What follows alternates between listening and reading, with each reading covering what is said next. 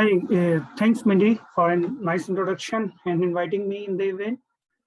And just to confirm, everybody is able to see my screen in the Yes, we can. Okay, that's good. So yeah, thanks for inviting me here. And I would like to just make a little course correction. I just moved to new role as a DevOps program manager for large automobile OEM. And a disclaimer, I believe you already posted. So whatever I'm going to present and discuss here, these are my personal thought and which I got from learning and talking to different people in the industry. These do not represent view of the organization. And having said that, let's start with the quick survey question. So I think Mindy also posted this in the LinkedIn page, and you want to just get it again.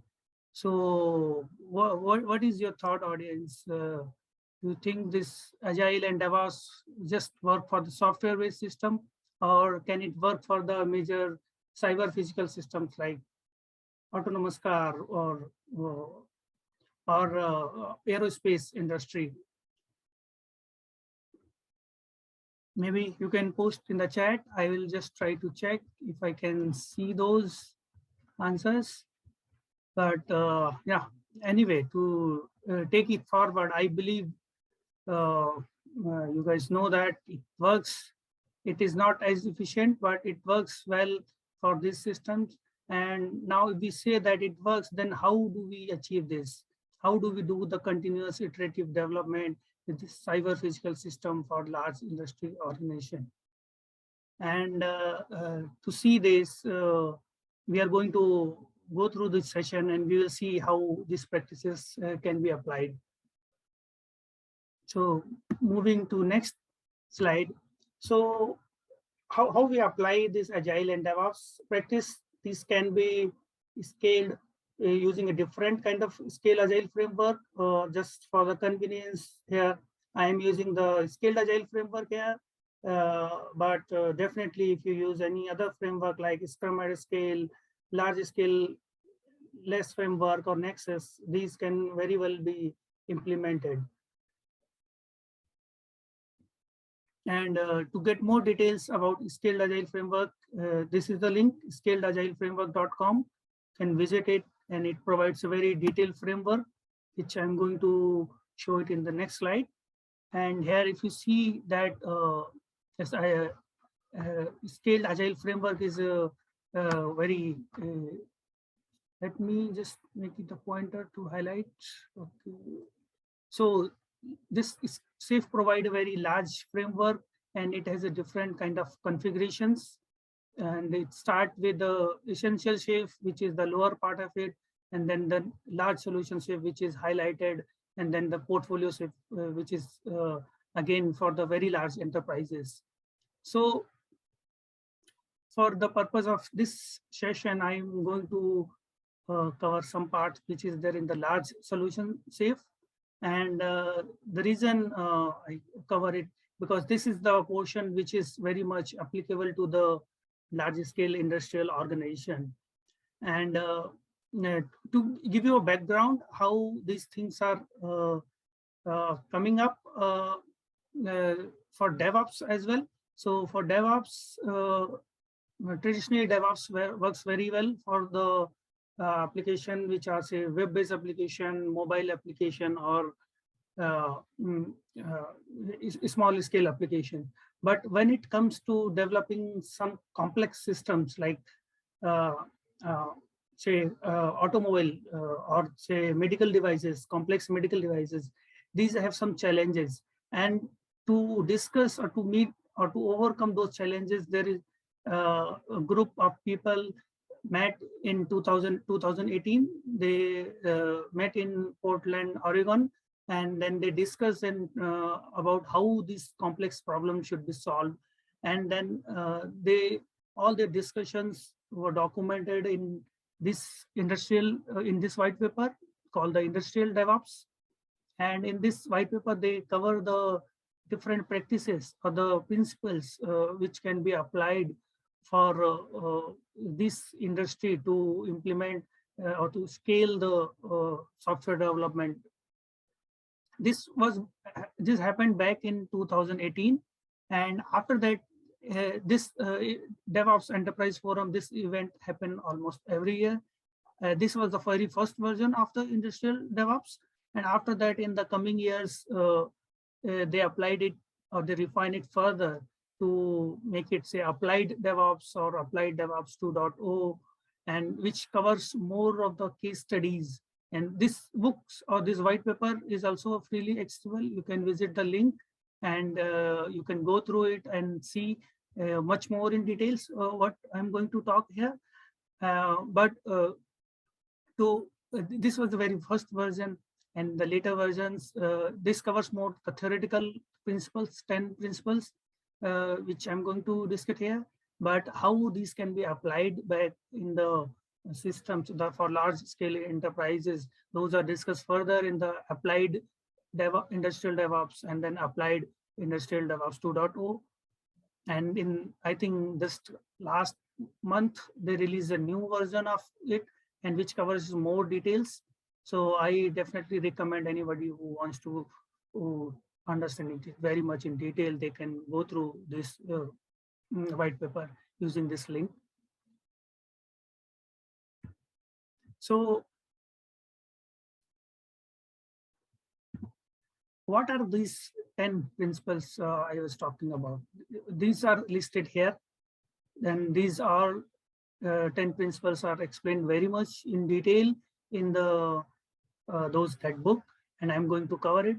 So basically, these are the most first, I think 8 principles which are covered in that book, and then there are 2 principles, this particular one and this one, which is added later by Safe Agile team, and these are very much applicable to complement these existing principles. And what does this cover actually? These provide the best solution for the lean system engineering to enable the industrial DevOps.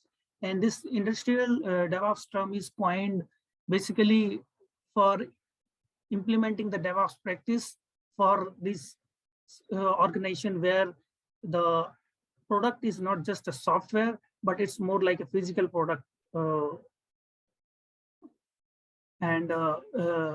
To demonstrate or to illustrate these 10 principles, there is a particular case study which is covered in, I think, Applied DevOps 2.0, and which cover it very much as in terms of case study, how these concepts, these principles can be applied for, say, autonomous vehicle company, and they make it a very fictitious company named with the name of Allset Transportation, and then they see that how that organization is facing a different challenges and how these challenges are overcome by applying these kind of these principles. And this Allset Transportation is very much, you can consider, if anybody is familiar with the DevOps handbook of Phoenix projects, which is also written by the same author who is involved in IT Revolution Industrial DevOps book. So they coined a fictitious company like Contoso Limited, where they try to apply the DevOps principle. Similarly, for this, they applied these principles for this Allset Transportation. So to give an idea about it, Allset Transportation is, they consider it as an running automobile company which want to say implement the autonomous vehicle, and to implement that, they did analysis and how this should be implemented to support the DevOps principle and to scale it at a large level. So they applied this principle, and first principle, as we see, it's like visualize and organize around value stream. And this is very important. And to discuss in detail, just to cover what is value stream. So value stream is the set of actions that take place to add the value to a customer from initial request through the realization of value to the customer. So we say it end to end. So normally we say in any product, we are doing some say development or some testing. So this is very much internal to the organization. But the end value reached to the customer is the final product which we implement. So in terms of value stream, I will show in the next slide what are the different value streams this also transportation identified.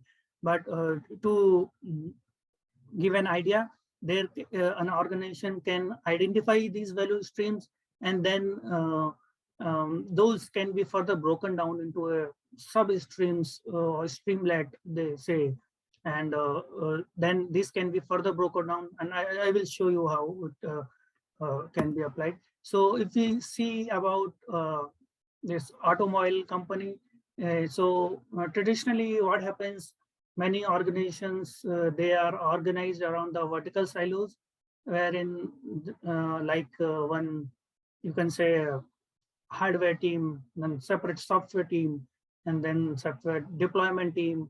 And then when the product development move from one stage to another, then there are a lot of infinite handoffs. There are a lot of blockers happening, or different kind of block or dependencies are happening, and which actually slow down the development. So this white paper talk about organizing this new work across a value stream. So if people familiar with an automobile, then they might know that then there are existing value stream, like for engine, or we call it powertrain or chassis or braking system. And when they try to implement the autonomous vehicle, the first thing is identify the safety, which is very, very much important, because we might have heard about some, I think in the past, there have been some incident, autonomous vehicle trials, there was loss of life also. And after that, even it's more rigorously, the safety is very important. So for the purpose to implement this autonomous vehicle, this active safety is a new value stream identified. And this value stream, this should be to implement it. There can be a different kind of subsystems can be implemented. Like if we are developing an autonomous vehicle, we have to implement something like which avoid the collision. If the vehicle is going in, other vehicle is in front of it, it should avoid that collision. Or if there is any object coming in between, the object should be detected, maybe just something, or maybe a traffic signal, those should be implemented. Then there should be a different kind of cameras or sensors should be there in that vehicle to sense it, surroundings. So these kind of value streams, if these are developed, some of these can be implemented internally or can be an external supplier. If these are implemented and as a value stream, then this can be applied to a different kind of solutions, even for a hybrid vehicle development or SUV or some performance vehicle development, these can be applied. This is more very much specific to how it is done in automobile. But if I show you next how it works in generally, how say SAFe or the scaled agile recommended, it's that creation of the agile release train. And what is this arts or the agile release trains? These are the long-lived cross-functional team of agile teams. It can be 50 to 125 people. It can be created around the component or capability. So what happens? So instead of having a separate teams, there should be an agile release train. The cross-functional team should be created where the people from the business, product management, hardware, software, quality testing, and the compliance security should be involved as a one team. And they should be involved in end-to-end the development of the product or the service which is being developed, so that everybody work together as a cross-functional team. There is not many dependency. Even if these are there, these can be easily resolved and not much handoff happens. So in case of very large organization, here we talk about say 50 to 125 people. But if you consider an example development of say this autonomous vehicle or any other cyber physical system, there can be a team involved, which can be a more than 125 or thousands of people. Then how those should be aligned? Then there can be a large program, and for that there can be a multiple agile streams like this. And all the teams, they should work at the common cadence, at the same level they should work to deliver the end value. And some things can be in-house team, something can be by some suppliers like VC, but this everybody should be aligned to a common goal, and so that this value can be delivered. Like this can be for autonomous driving, but even for autonomous, we need to develop some camera or sensor. This can be developed by some suppliers. So in summary, there can be more than one team. The next principle is about apply multiple horizons of planning. And for this, if you refer the traditional agile methodology or principle, basically the agile teams, or if you say especially the Scrum teams, they focus mainly on the short-term planning. The planning is around, say, for a 1 to 4 weeks of planning. But when we talk about this large organization, then we need to have a long-term product vision for a long-term thing, as well as the lower level planning. So how this should be happen? If you know about say this kind of system development, like vehicle, it takes year over years. So it can be the large solution roadmap should be developed with a product vision with major capability, which can be, say, 4 years of vision. It should be there, and then it should be further broken down, say, for every year, what is the program increment you want to deliver for the particular year. And then it can be for this particular program increment, which can be a quarter, and then current iteration, it could be, say, 1 to 4 weeks of planning, and then daily stand-ups or daily scrums happen, which should be for the daily basis of planning. So in summary, it should be a combination of a long-term view, long-term vision, as well as the near-term objective. And this actually illustrates how the planning horizon starts with a vision to understand and communicate the outcome of the product. And so if you see here, this is, say, for 4 years, the last, say, 3 to 4 years, there is not much detail. But when we come to the very first year, then it should be further broken down into a detailed level planning, where we have, say, quarterly planning, and then program increment planning, or the daily sprint or planning as well. And how you see here, we are saying epics and features and enabler. The next slide, I'll show how this should be created. And this can be done and maintained in any kind of agile project management tool like Jira or Riley, or there are other tools also.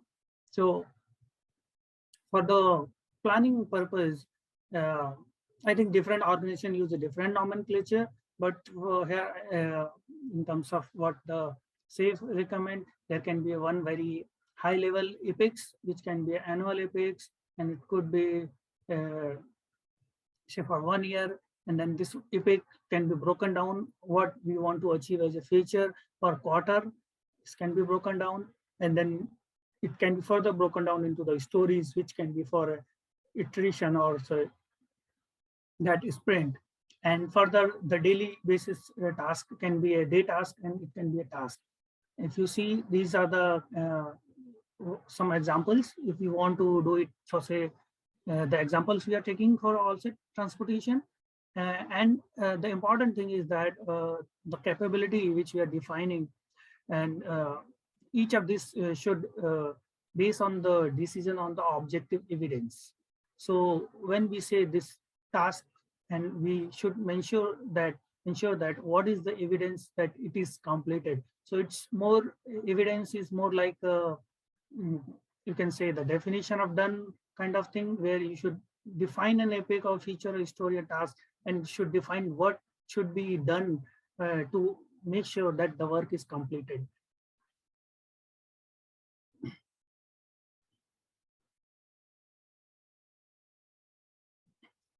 Okay, so moving to next is about base decision on objective evidence of system state and performance. And about this, if we talk about the cyber physical system, so sometimes it need to have some work around some hardware, and then hardware is not available. Then if we talk about, say, agile concept, where you want every 2 weeks you want to have a program increment, then how we can deliver it? That is a big question. So how do we achieve in this kind of cyber physical systems? And just to make sure that only the working feature provide the better evidence of the progress. If something is very much theoretical, it may not be, it may, when it realizes the product, it may be something different. So to avoid this, if the hardware is not available, so some kind of this kind of skeleton can be created. If, say, it's for aerospace, instead of having the actual, it can be a model based on wood or any other matter, and just to get a feeling that how it should be there, what is the ratio in terms of dimensions and all those things can be created. And if it's a, say, electric system, then there can be a breadboard. If the actual hardware is not there, it can be created on the breadboard, and this can be done. Similarly, some kind of 3D drawings can be created if the hardware is not available. But the objective is that it should provide the minimum testable feature for a newly integrated circuits, as a walking skeleton using a breadboard or any other thing. And if these are developed, and then every program increment, these are, say, reviewed, and reviews are performed routinely, then it helps us to measure and access and evaluate by the stakeholders, and they can provide their feedback. And so it really helps to find any kind of faults, and which can be corrected in the small batches while the cost of change is low.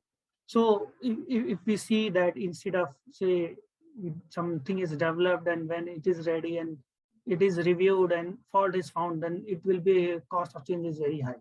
So it really helps to have this kind of approaches to do a using 3D model or digital twins or this kind of breadboard to get a feedback from stakeholders as well.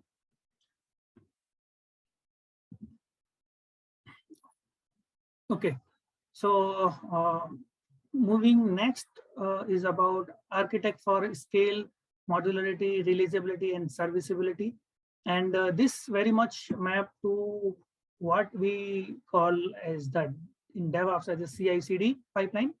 That SAFe also recommend to have a continuous delivery pipeline, where in the very first stage we should be doing the continuous exploration, wherein engaging and identifying what is the minimum viable product, minimum marketable feature, defining that, and then applying some design thinking principle to come up with the thing which can be taken into the next stage for the continuous integration. Here, for industrial DevOps, there is a term changed a little bit. Instead of continuous, we call it continuous. Why? Because if this is not with the actual hardware, so it may not be the actual continuous integration, but still, as I show in the other slide, using some kind of 3D drawings and breadboards, this can be achieved at least to some extent. This continuous integration can be achieved. Also, to make sure the compliance, instead of developing something and when it is released and doing a compliance check and finding out the issues, going back, it should be during the continuous integration cycle, there can be a verification and validation and traceability, any kind of static analysis. Those can be done to ensure that it is compliant. And there can be a automated approval stages wherein which automatically like do some kind of approvals and reduce the handoff time. Then in terms of deployment, this can be a full pipeline automation, and it should be decoupled. We should decouple the deployment and the release, which is very important. So when we say the deployment here, it could be a just available, it is still not released to the end users, and it should be decoupled so that if we want to say combine, ideally we can release in the, say, if you take any example of software industry, you say the major e-commerce, they do hundreds of release daily. But if we see an example for say this physical systems, it may not be possible. So it should be releasable. Everything should be releasable once it is ready. And then when we decide, we should be able to release it. Maybe we combine it in all the changes and then release. But if user want, they can release it each change also. So should be architect for the fault and tolerance.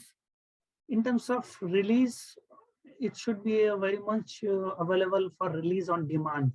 So that's why we decouple it, the deployment and the release cycle, so that if you want to make a release, you can release it. Otherwise, it can be just available. And implement some of the concepts like the feature toggles or canary releases. So when we talk about these systems, then there can be very complex changes where maybe say one change is releasable, the other is not ready yet, but we still want to keep it here. So we can still make the change and the changes may be there, but it's just the feature can be turned off. And then when you think it is completely developed, then it can be turned on, or it can be turned on off based on the user's need also. Then canary releases, these are very much popular in e-commerce sites, but similarly in this also the canary releases are possible. Now many, if we see the example of say Tesla or any other big organization, they start doing over the year updates for the software in the vehicle. So if any feature is developed and organization want to roll out those features only to a set of users to get the feedback before launching it to all the users, it can be done using this kind of canary releases. And yeah, we decouple, release and streamlet we already talked about. And also enabling the value-centric telemetry. And this is very much important. So traditionally, getting any kind of telemetry from this kind of system was very difficult because it's not connected. So, but nowadays, as more and more vehicles are available as a connected vehicles, so this telemetry can be collected, and then this can be further taken as a feedback for this continuous exploration stage to identify that the feature which is developed, how this has been used by the users. Is it really used or not used? Or even the user behavior also can be analyzed, which will help us to, which can help to improve the product in the further cycles.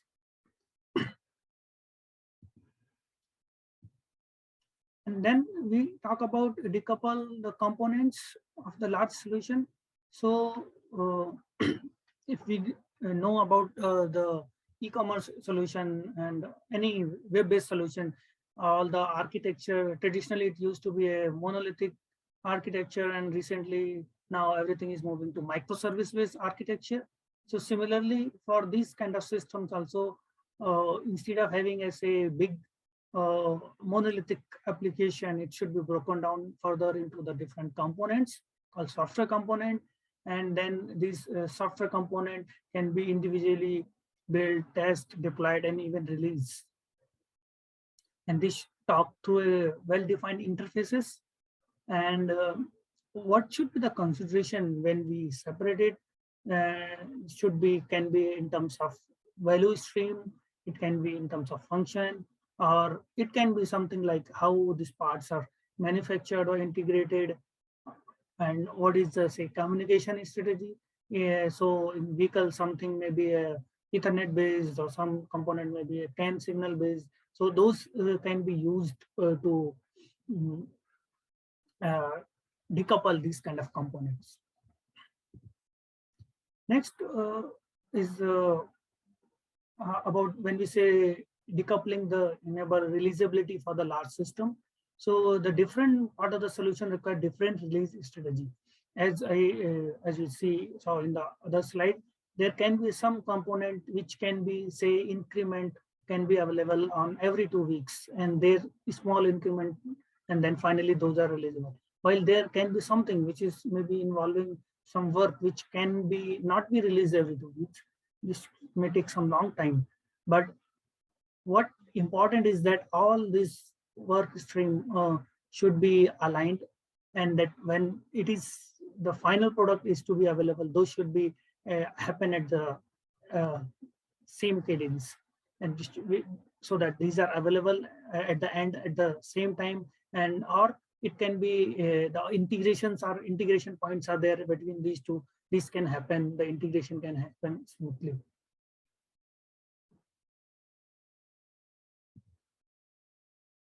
Then manage the supply chain, the system of system thinking. So same concept explained in a little bit different way, that if there are, say, different components there for that, say, autonomous vehicle, you want to have some camera, radar system, communication, navigation, everything can be developed individually as a individual stream, and but everything should be aligned at the same cadence. It should be common, and so that once you are releasing here, even if any third party suppliers are involved, those should be aligned at the same cadence. That and then when these are followed, and then once the product is delivered, this can be delivered across multiple solution contexts. And it should support the massive continuous integration and alignment across internal and external suppliers. And while we are talking about it, say, a large system, but it is very much important to iterate and reduce the batch size. And if we see the traditional waterfall model, there has been, say, requirement, design, implementation, verification, and then this PDCA cycle, plan, do, check, act. And but it takes time, and then when we take the feedback and apply it again, then it will take some time actually, so that the changes may not be immediately available. And that's why the most of the organization moving away from the waterfall and moving to agile framework. If we talk about this, in all the changes can be applied in small batches, should be incremental. Then it gives an opportunity to do this PDCA cycle for the small increment. And then if there is any feedback and changes are required, those can be implemented, and those can be finally delivered. So this working on this smaller component provides a lot of advantages. It reduces the complexity. If this may if it's a big system, you break it down, then it will reduce the complexity, and it enhances the transparency also. Okay, yeah, I see some, I think some questions, but yeah, I'll just try to cover the at the end of the slide, because I'm not able to see the chat, but just give me a minute.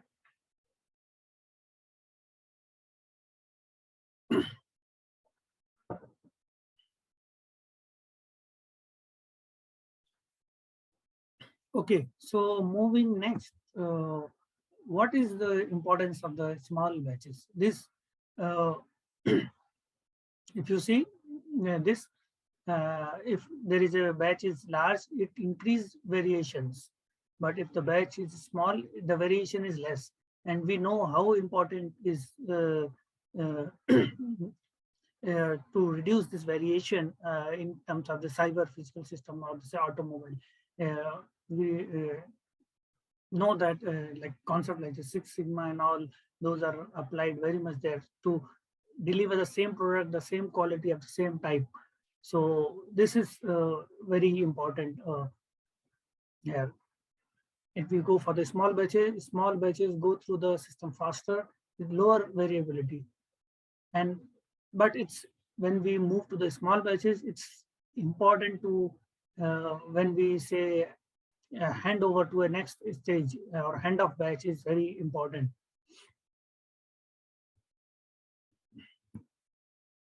Establish cadence and synchronization. We talked about it. Let's see what is when we talk about cadence. What is this?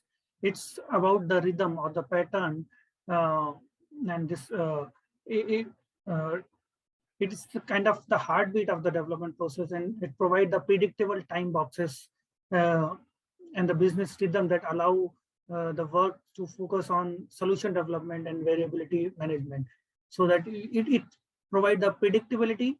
So if we have a same cadence or say having a scrum of 2 weeks, then if there are different teams working, everybody aligned at the same time, then we know that after 2 weeks there should be a product increment available and it should be integrated.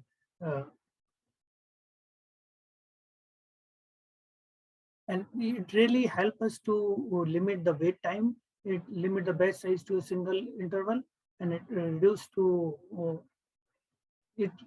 wait time. If not, at least it made the wait time very much predictable, and which internally actually help us to lower the transaction cost, key event like planning, integration, demonstration, and retrospectives.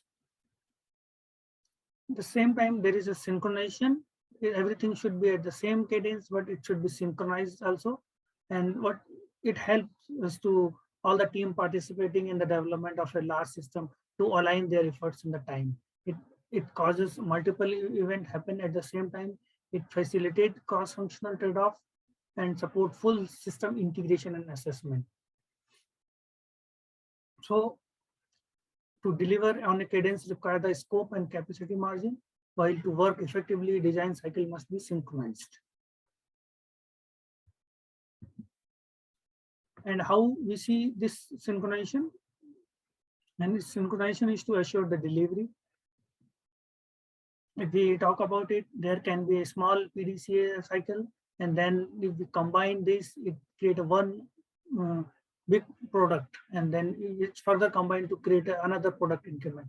To make sure it happens and this alignment is there, then it should be synchronized. It allows us in alignment, integration, and dependency management.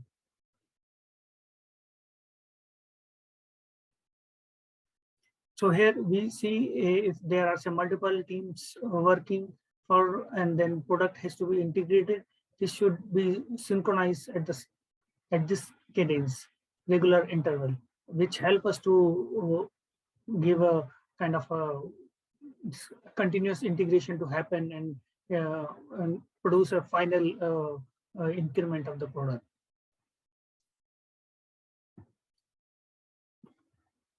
And then we say continuous integration. Just try to cover here. The frequent integration and testing is to provide the frequent feedback.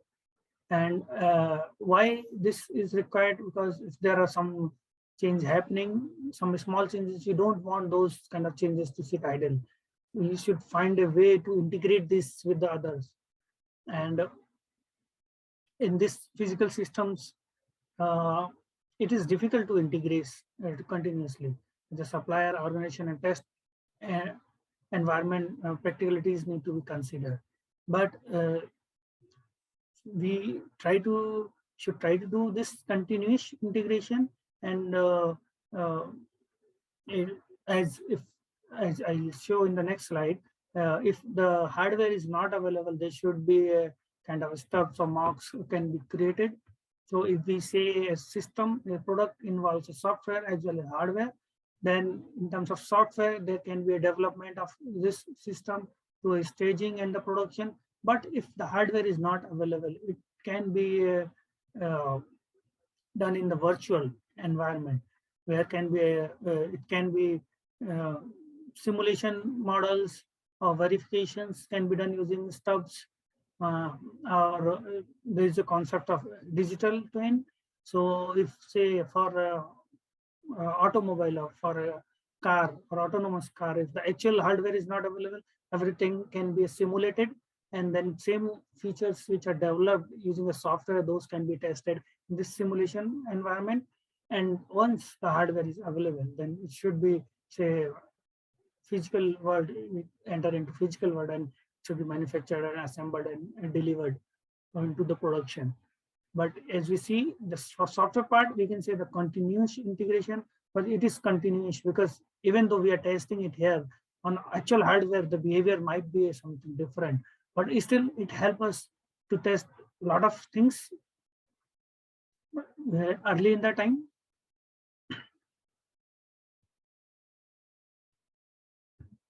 Okay, so next is about the test driven. And if we know that in traditionally, in case of industrial organization, they follow a typical V model, and this V model is a traditional. And in this, what we do, we write a feature, or you can say the system requirements, and then write a story for a software requirement, then do the actual coding, and then the code is tested, and then software requirements are tested, and then functional requirements are tested. But the same thing, what we have a challenge with the waterfall model. Similarly, in the V model also, this kind of challenges are there. Then how should we overcome it? To overcome, I think there is quite a famous term now coming, shifting left for testing. So everything should be a test driven. So instead of waiting for this to develop and then do the testing, it can be write a feature test, behavior driven test, and then test the feature. Similarly, write a story or the software requirement should test this, and same thing for the code also, it should be tested. So if this is done early, and it really helps to improve the quality of the product. And as mentioned in the other slides, so if hardware is a challenge, then there are hardware proxies can be built early on and mature them over a time. For example, say 3D print parts and all. So this is the other way to represent it. In traditional testing, is mainly used to find the defects, where we have a small number of, say, individual unit tests, then some large number of component tests, and system level tests are a lot more. So what happens if we do for continuous integration using this method, then this will really slow down. If there are large, because it's a complex system, we do a large amount of, say, feature test, then it will really slow down. So instead of this, we should follow the agile testing, which is created mostly to prevent the defects, where we at the early in the stage, there should be a lot of unit test case or individual component test case should be developed, and software should be tested very much early in the stage, which is small components tested for each small component. And then this can be a fast approach, wherein for the component integration can be a medium, and then as we test a lot of functionality lower in this triangle, then the actual system level test can be a small, and which can be run much faster.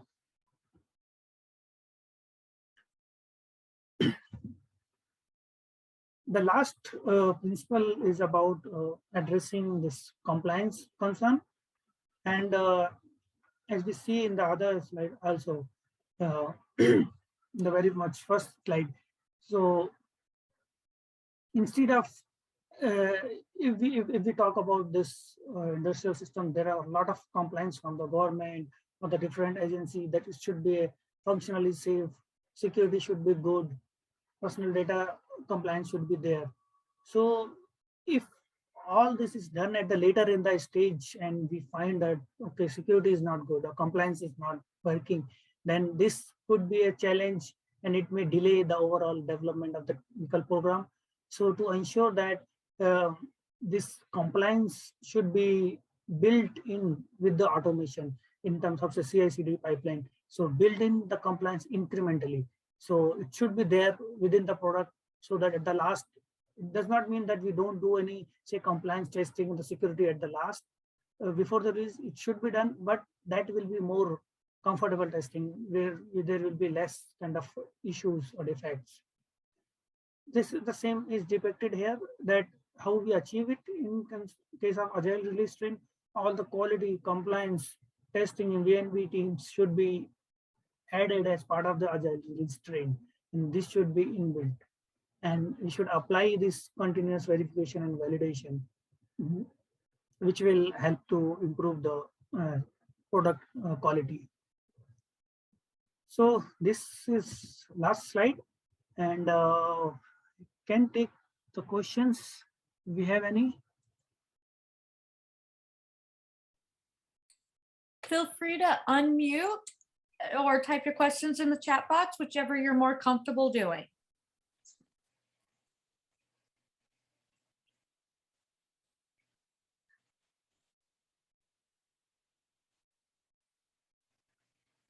Anybody has any question or they want to share the feedback? So whatever is presented, does it make sense, or any suggestion on it?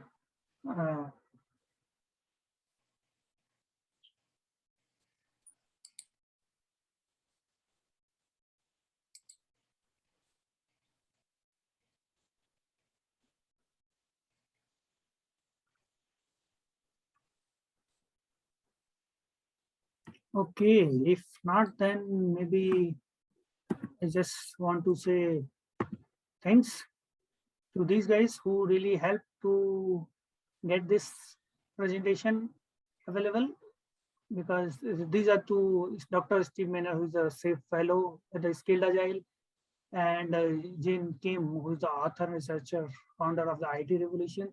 These two people are the main people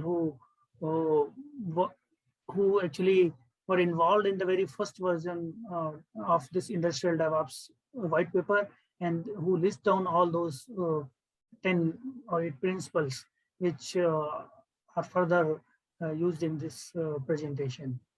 So yeah, thank you.